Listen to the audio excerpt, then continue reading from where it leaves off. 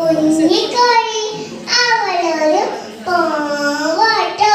ഒരു ദിവസം കുട്ടനണ്ണൻ പത്രം വായിച്ചുകൊണ്ടിരിക്കുന്നു. അപ്പോഴതാ ഒരു വാർത്ത. കേരളത്തിലേക്ക് വരുന്ന പച്ചക്കറിയൊക്കെ വിഷത്തെ. ഞാനീ സ്വന്തമായിട്ടൊരു കൃഷി അങ്ങോട്ട് തുടങ്ങിയല്ലോ.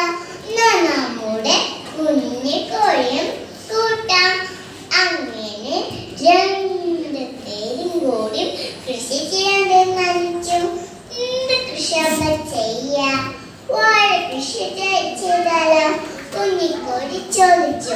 വാഴ കൃഷിയൊക്കെ ആവാം, പക്ഷെ ഒരു കാര്യമുണ്ട്.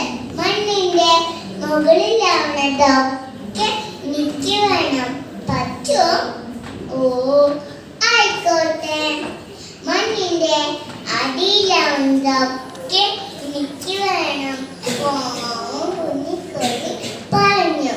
പുഞ്ചിരിയോടെ അണ്ണാനും സമ്മതിച്ചു.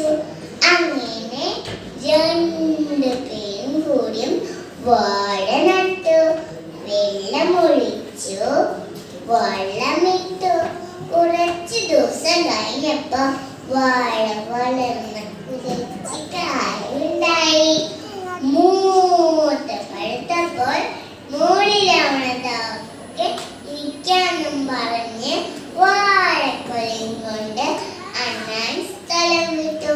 പാമ്പും കുഞ്ഞിക്കോഴി കണ്ണില് വെള്ളം അടച്ച് സമാധാനിച്ചു. അടുത്ത കൃഷിക്ക് ഇതിന് പകരം വിടാം. അങ്ങനെ അവർ ചേന നടാൻ തീരുമാനിച്ചു.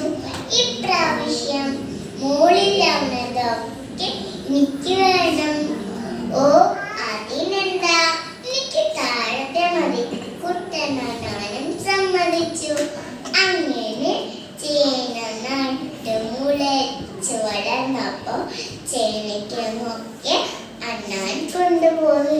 പാവം കുഞ്ഞിക്കോഴിക്ക് കിട്ടിയതോ ചേനയുടെ എല്ലാം ഇലയും തണ്ടും. അവൾ അണ്ണാനോട് പിണങ്ങി പറഞ്ഞു.